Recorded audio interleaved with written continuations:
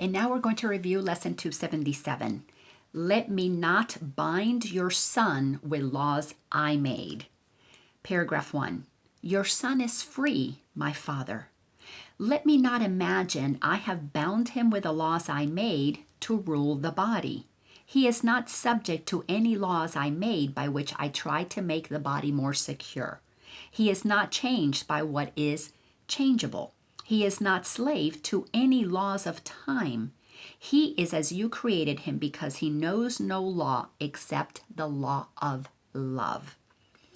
Isn't that what Jesus came to teach 2,000 years ago? Love your God. So you establish that relationship. It's that vertical relationship. You and God are one. I and the Father are one. I get to know the Creator who created me. I am in the mind of God. So when I point up, it's because I am surrounded. I am embraced by God.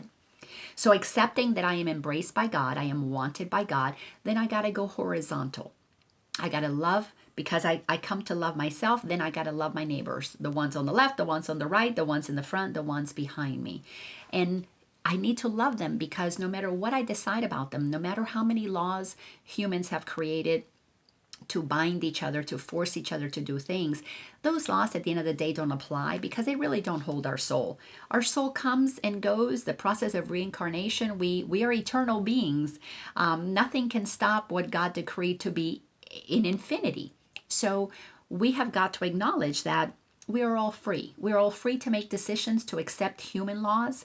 We are all free to accept the will of God. So we can align with the will of God or we can resist the will of God. So it's really, really important that let me not bind your son with laws that I made. We're playing the games in the world of the rules and regulations that humans have decided, the divisions of haves and have-nots, the who's a king and who's not, and who's a head of a company and who's not, and who's the boss and who's not. All of those things are just games that we're playing because we don't understand that we're all equal. As the consciousness continues to shift, we're going to find a balance. We're going to find an equality. We're not there yet, but that's the trajectory that we're moving on. Today's generation is demanding a level of equality unseen ever before because they can see through the insanity of the human ego mind, of controlling, of separating, of dividing, of instilling fear. So we have to be very clear that we are not bound by the laws that man made unless we choose to accept them. And by our belief in them, they become our truth. So here, let me read paragraph 1 again. Your son is free, my father. Let's claim that. I am free. This daughter is free. Dear Father, let me not imagine I have bound myself with laws that I made to rule the body. Laws that tell me when I can and cannot have sex, when I can and cannot drive a car, when I can and cannot smoke, or when I can and cannot drink alcohol, or what bathroom I can go to and which one I can't. All of these things that are done to control the body, what looks beautiful, what doesn't, what kind of cosmetic surgery I should have to make me look a certain way or not. So many rules to control the bodies. We're not subject to any laws that we have made by which we try to make the body more secure.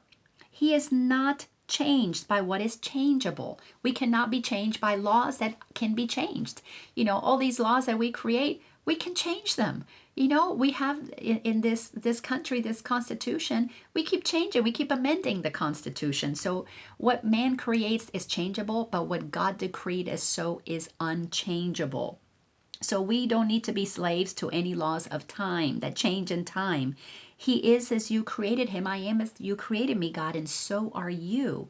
Because we know no laws except the laws of love, which are equal for everybody. Paragraph 2. Let us not worship idols, nor believe in any law idolatry would make to hide the freedom of the Son of God.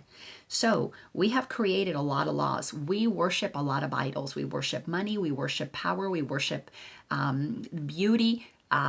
To a certain standard. We believe that government has power over us. Nothing has power over us unless we believe that it does.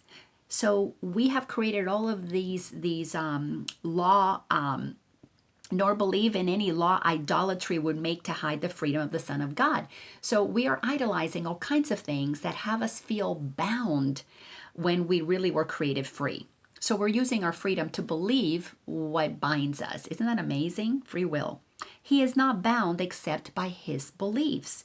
Yet what he is far beyond his faith in slavery or freedom. So when we begin to believe, to have faith in my freedom, or to have faith in that I am slave to the laws that man made, we are not realizing that the truth of who we are is so far beyond what we can even imagine. So he is free because he is his father's son. Because God created us is that we're free. And he cannot be bound unless God's truth can lie and God can will that he deceive himself. So if God is deceiving itself and believing that it is love and that it made us as love, if God is deceiving itself, then we are not love, you know? So if you believe that God is telling the truth, if you believe in the love that God is, we have to accept that that is what we are. And more importantly, truly more importantly, that so is everybody else. So which one of us can point at the speck in another person and point at their misgivings and their mistakes when we have a log in our eye? The log is the ego having us perceive things in a way that are not true.